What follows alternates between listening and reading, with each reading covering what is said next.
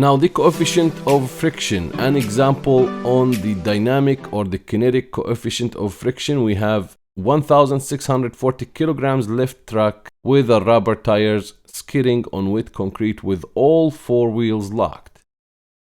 Calculate the acceleration of the truck, and he said refer to the table, which is the table of the values of friction coefficient.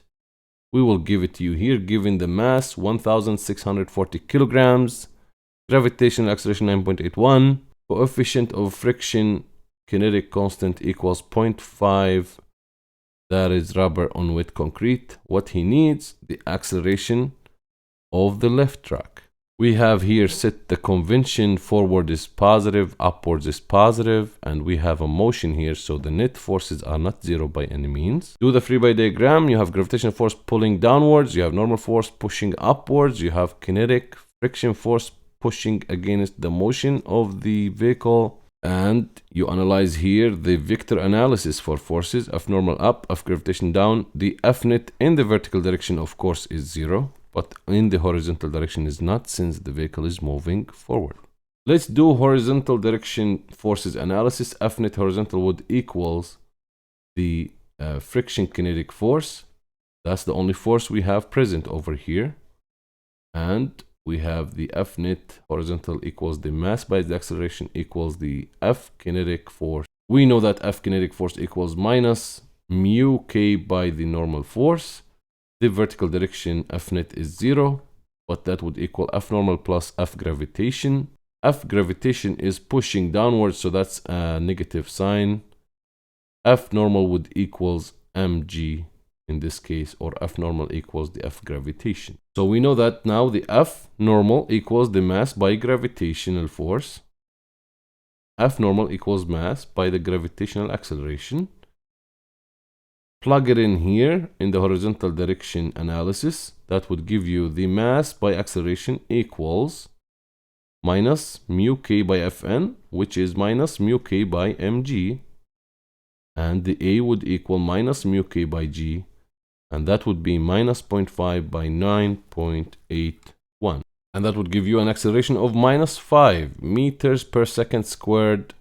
The negative value indicates that the acceleration is backwards. Let's take another example on kinetic friction coefficient.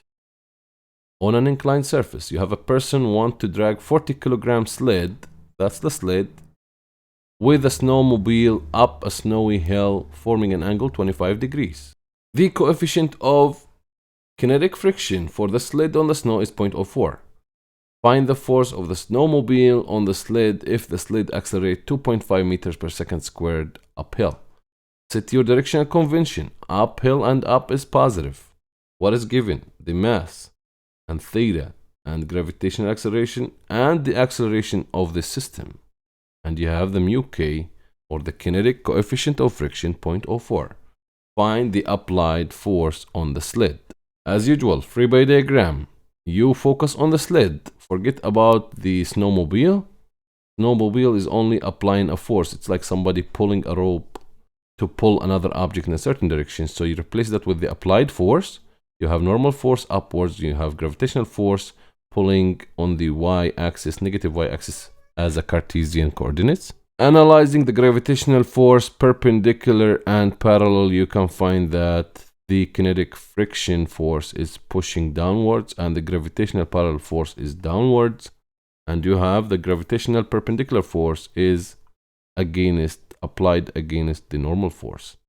A vector analysis for the forces. As you can see here, the total force will be, the net force will be pulling the object upwards. In this case, the net force applied perpendicular to the surface of inclination or to the incline would be zero. The sled is not moving up and down, it's moving front and back, which means moving parallel to the inclined surface. Doing forces analysis, we have the perpendicular forces and we have the parallel forces. The F net perpendicular would equal the F normal plus the gravitational force perpendicular. F net is zero in this case because it's perpendicular. We have equals the normal force plus the gravitational force perpendicular. So the normal force equals minus the gravitational force perpendicular. Now we know gravitational force perpendicular, of course, equals, based on direction it's minus, it's pulling downwards, equals mg cosine theta. That means the F normal, as replacing this over here, would equal minus d minus mg cosine theta, which equals mg cosine theta. For the parallel direction of forces, F net parallel would be equals the F applied plus the gravitational force parallel, which should be minus basically, and the kinetic friction force pulling as well in the negative direction. So let's give the right signals to have minus Fg parallel minus F kinetic friction. We have here the net force replaced by mass by acceleration. If you rearrange the equation, you have F applied equals m by a minus Fg parallel minus F kinetic. And we know Fg parallel equals minus mg sine theta, and F kinetic equals minus mu k F normal. So the applied force, if you break down all of these, replace instead of Fg parallel these values, instead of F kinetic this value, and rearrange the equation, the applied force would equals m by a plus mg sine theta plus mu k by the normal force. Plug in back all the parameters shown. That would give you ma plus mg sine theta. This is only just more simplification to the representation of the variables. You can just start plugging in the variables values right from here.